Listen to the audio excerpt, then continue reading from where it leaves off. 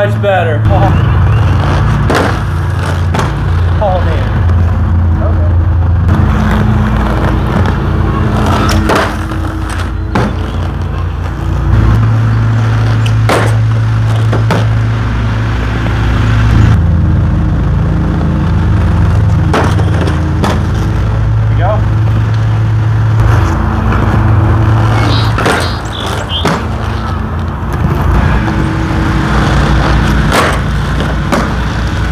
That's the first time I've unitied that box.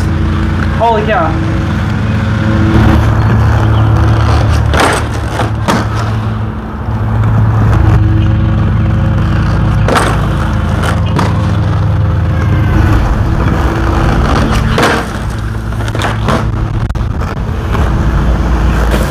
What's going on, guys? It's Nate. I'm back. I had round 4 immediately after I swapped out the wheels and anti-rockers on the Featherlight 4s or the 4 flat, whatever you want to call them, the new ground control frames. And man, there's a night and day difference in those skates. Overall, it changed the complete feel and aesthetic of the boot and frame itself. It felt like I was skating the classic Gen 2 frames that I'm used to skating, but had the grindability of the Featherlight 3 frames, which is an amazing combination, given the fact that I personally think that the Gen 2 ground control frame is probably the most perfect frame ever invented.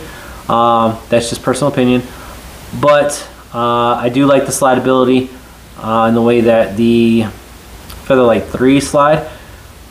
So with that being said, I still am not 100% on if I'm gonna give these a thumbs up or not. I need to skate them again a couple more times and a couple different sets of boots. I want to skate them on some rims, and then I want to skate them on either my USDs or my Seba skates, just to see how they're gonna feel on a flatter or a flat boot setup.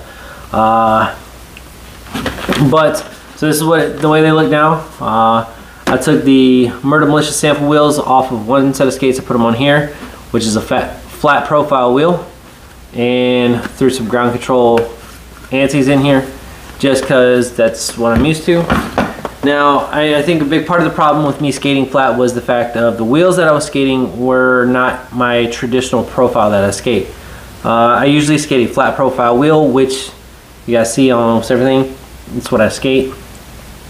But I was skating the ground control stock wheels that came on the Shima skates. And this has got a round profile with a flat center. This is to avoid wheel bite, as they say. Man, I ate my wheels bit so hard I thought I was gonna eat concrete for 3 days. On my last video, on the second trick out, like I literally tried a Unity and it was nothing but 100% wheel bite, and that fall hurt so bad I almost quit skating that night. But luckily I kept pushing. I was able to get a little more insight on these frames for you guys and for me to see what I like. And then today I went back to it again, skated again.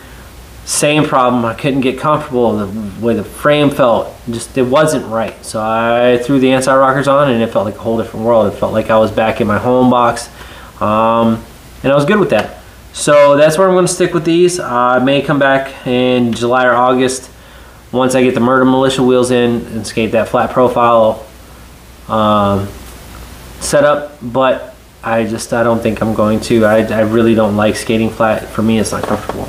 But I do want to point out some things real quick before I hop off here, that the Featherlight 4 frame, and let me switch this around real quick for y'all. The Featherlight 4 frame and the Featherlight 3 frame H blocks, all right, are almost the exact same diameter.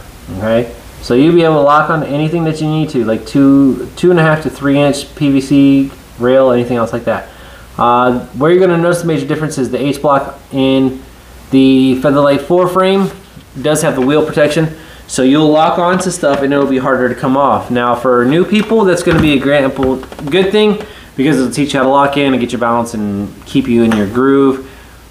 For those that like doing switch ups, that's going to be a bad thing, because you're not going to be able to come out of the groove the way you want to, and you could get hung up. So there's pros and cons to it. That's why I'm saying I'm not 100% on this skate yet. Let me skate a little bit more, not the skate, the frame. Let me skate this frame a little bit more before I give you guys 100%. A couple other major differences. I discovered it today and I didn't even think about it. So the Featherlight 4 frame has got the traditional flat frame profile, okay? When I mean flat frame, this isn't the Featherlight 3 where it's got an actual taper. This is literally flat with the ground. It's parallel to the ground the whole time you're skating. So you're gonna get, if you try to turn sharp or something like that, you're gonna get frame drag. Whereas if you're skating with the Featherlight 3s, okay, there's actually a taper on the frame to avoid frame drag. I discovered it today, and to my surprise, I did not die when I took a sharp turn, but it was eye-opening.